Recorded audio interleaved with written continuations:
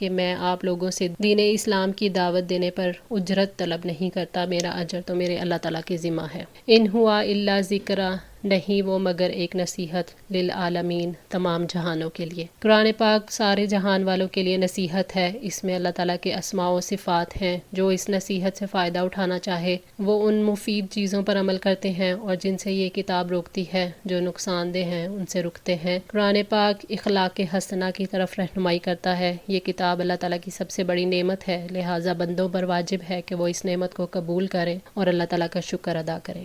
وما قدر اللہ، اور انہوں نے قدر نہیں کی اللہ کی، حق قدری ہی، جس طرح قدر کرنے کا حق تھا، اذ قالوا، جب انہوں نے کہا، ما انزل اللہ، نہیں نازل کیا اللہ نے، علی بشرن، کسی انسان پر، من شیء، کوئی چیز۔ قدر تب ہوتی ہے جب کسی چیز کی اہمیت کا احساس، علم اور شعور حاصل ہو جائے۔ قدر وہ کرتا ہے جو اس چیز کی حقیقت کو پہچانتا ہے۔ ایسا شخص قدر نہیں کر سکتا جو غافل ہو اور جسے کوئی نفع نقصان کی پہچان نہ ہو۔ اللہ تعالیٰ کی قدر کرنے سے مراد وہ رویہ اختیار کرنا ہے جو اللہ تعالیٰ کی ذات کے لائق ہے، یعنی اللہ تعالیٰ کو بڑا ماننا، ساری قوتوں کا مالک سمجھنا اور اللہ تعالیٰ کی مکمل اطاعت کرنا۔ یعنی انہوں نے اللہ تعالیٰ کی تعظیم نہیں کی جیسا کہ تعظیم کرنے کا حق تھا، اور انہوں نے اس کو نہیں پہچانا جیسا کہ اس کی معرفت کا حق تھا۔ اللہ تعالیٰ نے یہودیوں اور مشرکوں کے اس قول کے بارے میں کہ اللہ تعالیٰ نے کسی انسان پر کوئی چیز نازل نہیں کی، یہ فرمایا ہے کہ انہوں نے اللہ تعالیٰ کی قدر اور تعظیم نہیں کی جیسا کہ اس کا حق تھا۔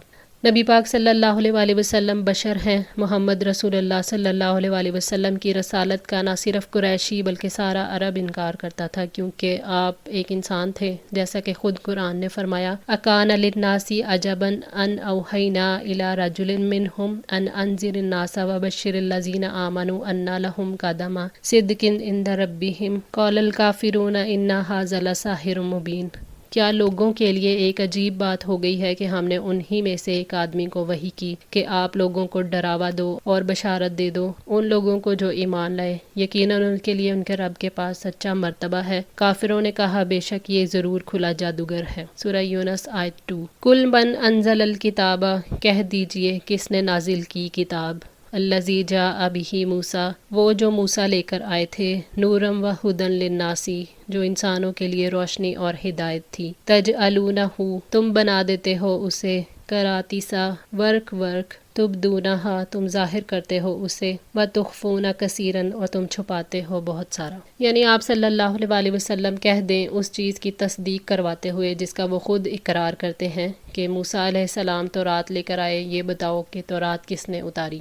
وہ تورات جو گمراہی میں ہدایت ہے، وہ کتاب جو سارے جہان میں پھیل چکی ہے، جو لوگوں کے لیے حق اور باطل کا فرق واضح کرنے والی تھی۔ تم نے تورات کو بجائے اکٹھی کتاب بنانے کے اس کے مختلف پیجز بنا کر اس کو چھوڑ کر رکھ دیا، جس میں سے کچھ ظاہر کرتے ہو اور اکثر کو چھپاتے ہو۔ یعنی جب ان کے عوام کسی بات کو پوچھنے کے لیے آتے تھے تو وہ صندوق میں ہاتھ ڈال کر کوئی سا بھی ایک پیج نکال لیتے تھے اور پوچھنے والے کے مطلب کے مطابق اس کو پڑھ کر سنا دیتے تھے۔ کتاب کا کچھ حصہ ظاہر کرنا اور کچھ چھپا لینا، جیسے کہ انعام والی آیت کو پڑھنا اور جن اعمال کی وجہ سے انعام ملتا ہے انہیں نہ پڑھنا، ان آیتوں کو خوب بیان کرنا جن سے اپنی فضیلت نکلتی ہو، اور ان کو چھوڑ دینا جن سے اپنی ذمہ داریاں پتہ چلتی ہوں۔ وَعُلِّمْتُمْ، اور سکھائے گئے ہو تم، مَا لَمْ تَعْلَمُوا، جو نہیں تم جانتے تھے، أَنْتُمْ وَلَا آبَاؤُكُمْ، تم اور نہ تمہارے آباء و اجداد، قُلِ اللَّهُ، آپ کہیں کہ اللہ ہی نے، ثُمَّ ذَرْهُمْ، پھر آپ ان کو چھوڑ دیں، فِي خَوْضِهِمْ، اپنی بحثوں میں، يَلْعَبُونَ، وہ کھیلتے رہیں۔ یعنی اس قرآن پاک کے سبب سے تمہیں وہ علم دیا گیا جس کو نہ تم جانتے تھے اور نہ ہی تمہارے باپ دادا، یعنی ایسے علمی حقائق جیسے اللہ تعالیٰ، اس کے اسماء و صفات، آخرت کا گھر اور جو اس میں ہمیشہ رہنے والی نعمتیں ہیں اور دردناک عذاب ہے۔ آپ انہیں یہ بتا دیں کہ یہ قرآن اللہ تعالیٰ نے نازل کیا ہے۔ اللہ تعالیٰ نے فرمایا کہ انہیں ان کے باطل حالات میں، ان کے مشاغل میں چھوڑ دیں یہاں تک کہ وہ دن آ جائے جس کا ان سے وعدہ کیا گیا ہے۔ وَهَذَا کتابٌ، اور یہ کتاب ہے، أَنزَلْنَاهُ مُبَارَكٌ، جسے ہم نے نازل کیا ہے، بڑی بابرکت ہے۔ برکت قرآن پاک کی خوبی ہے اور اس کا سبب یہ ہے کہ یہ بھلائیوں اور نیکیوں پر مشتمل ہے۔ جس مہینے میں قرآن پاک نازل کیا گیا وہ مہینہ مبارک ہے، یعنی رمضان المبارک۔ جس رات میں قرآن پاک نازل کیا گیا وہ رات مبارک ہے، یعنی لیلۃ القدر، جو برکت والی رات ہے۔ اور جس ہستی پر نازل کیا گیا وہ ذات مبارک ہے، یعنی محمد صلی اللہ علیہ وآلہ وسلم۔ قرآن اپنے اثرات کے اعتبار سے مبارک ہے، کوئی اور کلام اس طرح اثر انداز نہیں ہوتا جیسے یہ کلام اثر کرتا ہے۔ قرآن کو ایک خاص قوت عطا کی گئی ہے، یہ اپنی اس قوت کے اعتبار سے مبارک ہے۔ یہ قرآن کے بابرکت ہونے کا نتیجہ تھا کہ اس نے عرب جیسی جاہل قوم کو جو ہر وقت لڑتی رہتی تھی ایک مہذب قوم بنا کر چند ہی سالوں میں اس کی کایا پلٹ دی۔ ان کے اخلاق اور عادتیں اس قدر اعلیٰ ہو گئے کہ یہی جاہل قوم تمام اقوام کی پیشوا بن گئی۔ بڑی بڑی طاقتیں اس کے آگے جھک گئیں اور دنیا کے ایک کثیر حصے پر قابض ہو کر ان میں علوم اور تہذیب پھیلانے کا سبب بن گئی۔ قرآن نے انہیں ذلت کی گہرائیوں سے نکال کر عزت کے بلند مقامات پر پہنچا دیا۔ مصدق الذی، تصدیق کرنے والی ہے اس کی، بین یدیہ، جو اس سے پہلے ہے، یعنی قرآن پاک پچھلی کتابوں کی تصدیق ان کی اصل شکل میں کرتا ہے۔ قرآن پچھلی کتابوں کی تصدیق کرتا ہے اور ان کی سچائی پر گواہ ہے۔ جو اصول اور عقائد قرآن کے اندر موجود ہیں وہ پچھلی کتابوں میں بھی موجود تھے۔ وَلِتُنذِرَ، تاکہ آپ ڈرائیں، ام القریٰ، اہل مکہ کو، ومن حولہا، اور جو اس کے ارد گرد ہیں۔ مکہ کو ام القریٰ اس لیے کہا گیا کہ وہاں وہ پہلا گھر ہے جسے انسانوں کے لیے اللہ تعالیٰ کے حکم سے بنایا گیا اور جو تمام اہل جہان کا قبلہ اور ان کے حج کی جگہ ہے۔ اس سے مراد یہ ہے کہ قرآن سے مکہ والوں کو تو خبردار کیا جائے مگر اس کے ارد گرد رہنے والے دنیا کے تمام انسانوں کو بھی خبردار کیا جائے۔ ام القریٰ بستیوں کی ماں یعنی بستیوں کے مرکز کی حیثیت رکھنے والی، اور دوسرے حول یعنی اس کے مرکز کے ارد گرد، اور یہاں اس سے مراد پوری انسانیت ہے۔ اللہ تعالیٰ نے فرمایا وَمَا أَرْسَلْنَاكَ إِلَّا رَحْمَةً لِّلْعَالَمِينَ، ہم نے آپ کو تمام جہان والوں کے لیے رحمت بنا کر بھیجا ہے۔ وَمَا أَرْسَلْنَاكَ إِلَّا كَافَّةً لِّلنَّاسِ بَشِيرًا وَنَذِيرًا، اور ہم نے آپ کو تمام انسانوں کے لیے بشیر اور نذیر بنا کر بھیجا ہے۔ قرآن پاک کے نزول کا مقصد یہ ہے کہ مکہ والوں اور اس کے ارد گرد یعنی تمام لوگوں کو اللہ تعالیٰ کے عذاب سے اور اس کی پکڑ سے ڈرائیں تاکہ وہ کاموں سے بچ جائیں جو اللہ تعالیٰ کے عذاب کا سبب بنتے ہیں۔ والذین یؤمنون بالآخرۃ، اور جو آخرت پر یقین رکھتے ہیں، یؤمنون بہ، وہی اس پر ایمان لاتے ہیں۔ اللہ تعالیٰ کی کتاب قرآن پاک کو وہ لوگ مان لیتے ہیں جو آخرت کا خوف رکھتے ہیں اور جو قیامت کے قیام کو مان لیتے ہیں۔ ایمان بالآخرت کا تقاضا ہے کہ آدمی نبی صلی اللہ علیہ وسلم اور قرآن پر ایمان لائے۔ اس لیے آپ کی دعوت کا مقصد یہی تھا کہ آپ انسان کو آخرت میں عذاب النار سے بچنے اور حصول جنت کے لیے عمل کرنے کی دعوت دیں۔ وَهُمْ عَلَىٰ صَلَاتِهِمْ يُحَافِظُونَ، اور وہ اپنی نمازوں کی حفاظت کرتے ہیں۔ نمازوں کی حفاظت وہ کرتا ہے جو آخرت پر یقین رکھتا ہے۔ ایسے لوگ اپنی نمازوں کی حفاظت کرتے ہیں، یعنی وہ نمازوں کو وقت کی پابندی کے ساتھ ہمیشہ ادا کرتے ہیں اور نماز کے ارکان، حدود، اس کے آداب اور شرائط اور اس کی تکمیل کرنے والے تمام امور کی حفاظت کرتے ہیں۔ اللہ تعالیٰ ہمیں نمازوں کی حفاظت کرنے والوں میں شامل فرما لے، آمین۔ ومن ازلم، اور کون بڑا ظالم ہے، ممن افترا علی اللہ کاذبا، جو اللہ تعالیٰ پر جھوٹ باندھے۔ اللہ تعالیٰ پر جھوٹ باندھنے سے مراد ایسی بات اس کی طرف منسوب کرنا ہے جس سے وہ بری ہے۔ اللہ تعالیٰ پر جھوٹ باندھنے کو سب سے بڑا ظلم اس لیے کہا گیا ہے کیونکہ یہ بہتان ہے۔ اس میں دین میں کی جانے والی تبدیلی کو اللہ تعالیٰ کی جانب منسوب کیا جاتا ہے جو کہ سب سے بڑا ظلم ہے۔ او قالا، یا کہے، اوحیا الیہ، کہ مجھ پر وحی کی گئی ہے، ولم یوحا الیہ شیء، حالانکہ اس پر کچھ وحی نہ کیا گیا ہو۔ یہ دعویٰ ایسا انسان کرتا ہے جو اللہ تعالیٰ کی اور اس کے نبی کی عظمت کو نہیں جانتا، جس کو مادی اعتبار سے اپنی ذات بڑی اور نبی کی ذات چھوٹی دکھائی دیتی ہے، جس کی نظریں دنیا میں گم ہیں۔ وہ آخرت کی دعوت دینے والے کی عظمت کو نہیں سمجھ پاتے، اس لیے دعویٰ کر بیٹھتے ہیں کہ ہم پر بھی وحی آتی ہے۔ ومن قالا، اور جو کوئی کہے، سأنزل، ضرور میں نازل کروں گا، مثل ما انزل اللہ، اس کی طرح جیسے اللہ نے نازل کیا ہے۔ اس سے بڑا ظالم کون ہو سکتا ہے جو یہ جھوٹا گمان رکھتا ہو کہ وہ اس چیز پر قدرت رکھتا ہے جس کی قدرت اللہ تعالیٰ رکھتا ہے، کہ وہ بھی ویسی ہی شریعت دے سکتا ہے جیسی اللہ تعالیٰ نے دی ہے، وہ بھی وحی اتار سکتا ہے۔ جو شخص قرآن کا مقابلہ کرنے کا دعویٰ کرتا ہے کہ وہ بھی ایسی کتاب بنا سکتا ہے، وہ سب سے بڑا ظالم ہے، اس لیے کہ ایک محتاج اور ناقص بندہ بے نیاز بادشاہ کے ساتھ کیسے خدائی میں شریک ہو سکتا ہے۔ وَلَوْ تَرَىٰ، اور کاش آپ دیکھیں، اِذِ الظَّالِمُونَ، جب یہ ظالم، فِي غَمَرَاتِ الْمَوْتِ، موت کی سختیوں میں ہوتے ہیں۔ اللہ تعالیٰ نے ظالموں کی مذمت کی اور ان کے لیے عذاب کا ذکر کیا ہے جو عالم نزا میں ان کو دیا جائے گا۔ جب ان پر موت کی سختیاں آئیں گی، ہولناک تکلیف میں مبتلا ہوں گے تو اس شدت کو کوئی بیان نہیں کر سکتا۔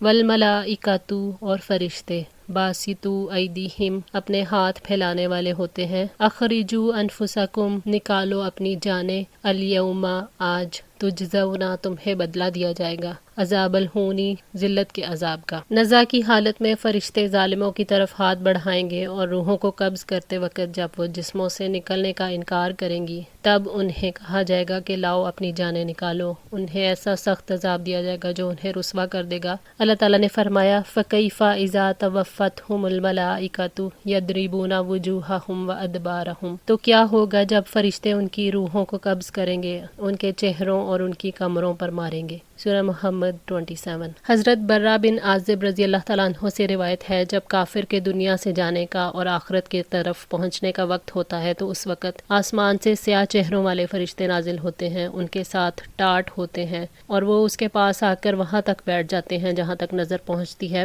پھر ملک الموت تشریف لاتے ہیں اور اس کے سر کے پاس بیٹھ جاتے ہیں اور کہتے ہیں کہ اے خبیث جان تو نکل اللہ تعالیٰ کی ناراضگی کی طرف۔ وہ روح اس کے جسم میں متفرق ہو جاتی ہے، یعنی جسم میں ادھر ادھر پھرتی ہے کیونکہ نکلنا نہیں چاہتی، تو ملک الموت اسے زبردستی اس کی جان کو اس طرح نکالتے ہیں جیسے بھیگا ہوا اون سیخ پر لپٹا ہو اور طاقت کے ذریعے اس اون کو نکالا جائے۔ جب اس کی روح کو ملک الموت نکال لیتے ہیں تو دوسرے فرشتے جو وہاں موجود ہوتے ہیں وہ پلک جھپنے کے برابر ذرا سی دیر بھی ان کے ہاتھ میں نہیں چھوڑتے اور ان کے ہاتھ سے لے کر ان کو ٹاٹوں میں رکھ دیتے ہیں جو ساتھ لے کر آئے تھے، اور اس روح سے ایسی بدبو نکلتی ہے جیسے زمین پر سب سے زیادہ سڑی ہوئی لاش سے بدبو آتی ہے۔ اس روح کو لے کر وہ آسمان کی طرف چڑھ جاتے ہیں۔ فرشتوں کی جس جماعت پر بھی گزرتے ہیں تو وہ پوچھتے ہیں کہ یہ کون خبیث روح ہے؟ وہ اس کا برے سے برا نام لے کر جس سے وہ دنیا میں پکارا جاتا تھا جواب دیتے ہیں کہ یہ فلاں بن فلاں ہے، یہاں تک کہ قریب آنے والے آسمان تک لے جاتے ہیں، وہاں پہنچ کر دروازے کھلواتے ہیں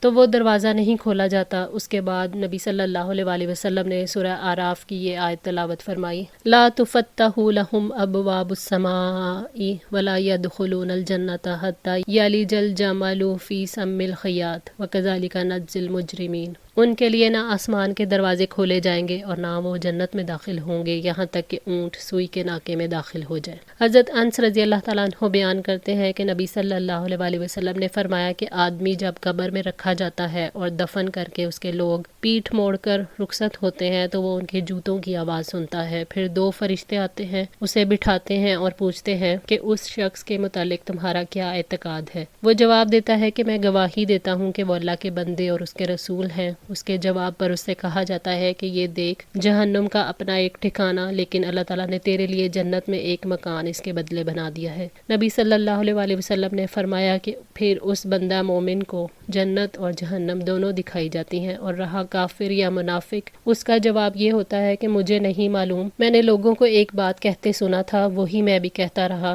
پھر اس سے کہا جاتا ہے کہ تو نے نہ کچھ سمجھا اور نہ اچھے لوگوں کی پیروی کی۔ اس کے بعد اسے ایک لوہے کے ہتھوڑے سے بڑے زور سے مارا جاتا ہے اور وہ اتنے بھیانک طریقے سے چیختا ہے کہ انسان اور جن کے سوا ارد گرد کی تمام مخلوق سنتی ہے۔ صحیح بخاری 1338۔ اس وجہ سے کہ تم اللہ تعالیٰ پر ناحق باتیں کہتے تھے، یعنی یہ عذاب اس لیے دیا جا رہا ہے کہ تم جھوٹ بولتے تھے اور انبیاء جو حق لے کر آئے تھے اس کو جھٹلاتے تھے، اور یہ عذاب تمہارے اعمال کی جزا ہے۔ وَكُنْتُمْ اور تھے تم ان آیاتی ہی اس کی آیات سے تستکبرون تم تکبر کرتے، یعنی تم اللہ تعالیٰ کی آیات کو ماننے اور ان پر عمل کرنے سے انکار کرتے تھے، اس لیے تمہیں یہ عذاب دیا جا رہا ہے۔ یہاں یہ آیت برزخ کے عذاب اور برزخ کی نعمت پر دلیل ہے، کیونکہ اس خطاب اور عذاب کا رخ ان کی طرف عین نزا کے وقت اور موت سے تھوڑا پہلے اور موت کے بعد کا ہے، اور اس بات پر کہ روح جسم رکھتی ہے جو داخل ہوتی ہے اور خارج ہوتی ہے، جس کو مخاطب کیا جاتا ہے وہ جسم کے ساتھ مل کر رہتی ہے اور اس سے علیحدہ ہو جاتی ہے، اور یہ ان کا برزخی حال ہے۔